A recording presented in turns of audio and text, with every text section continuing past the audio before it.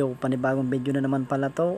Pagkagaling namin sa iba, Zambales at Bulacan, naisipan namin na pumunta na naman ng SM Legazpi. Magkakasama po kami, pati asawa ko, tatlo kong anak. So unang gala ng aming bunso dun yan sa SM Legazpi, Inasal. So nagpunta kami dito para magbili ng mga school supply at saka mga paninda doon sa tindahan.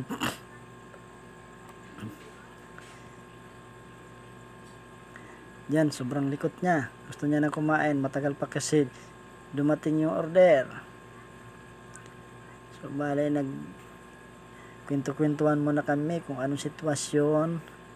Yung mga nami-miss daw nila yung mga pagpunta sa iba, Zambales. Sabi ko, malayo pa tayo. Di pa tayo makakabalik doon. Mag-iipon muna tayo. Kaya nga pala, salamat sa panonood.